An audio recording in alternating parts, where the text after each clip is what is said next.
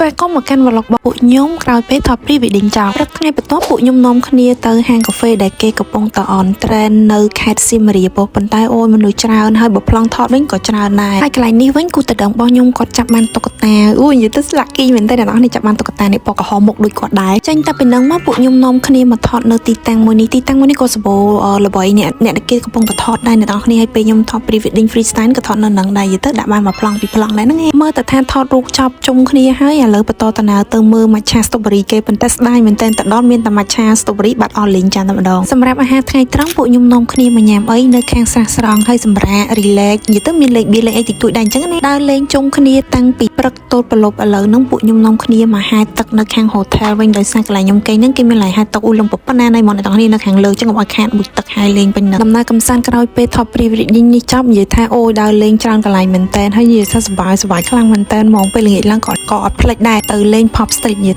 ទៅសៀមរាបអត់ភ្លេចទេ pop street ហើយនឹងអង្គរនឹងកន្លែង favorite ពេលព្រឹកថ្ងៃបន្ទាប់ពួកខ្ញុំនាំគ្នាទៅហាងកាហ្វេដែលគេល្បីមកកន្លែងដែរនៅខាងខេត្តសៀមរាបនឹងរួចបានទៅខាងប្រដាក់ញ៉ាំអាហារថ្ងៃត្រង់បានត្រឡប់ទៅផ្ទះវិញអញ្ចឹងសម្រាប់វីដេអូនៃសកម្មភាពក្រោយពេលថត pre-wedding ចប់របស់ពួកខ្ញុំគឺមានតែប៉ុណ្្នឹងឯអ្នកនរគ្នាបែបជា relax ហើយថតចប់ឲ្យចប់យើងបានសម្រាកដំណើរកម្សាន្តនៅខាងខេត្តសៀមរាបនឹងដែរអញ្ចឹងណាថ្ងៃហ្នឹងមានតែប៉ុណ្្នឹងឯងបាយបា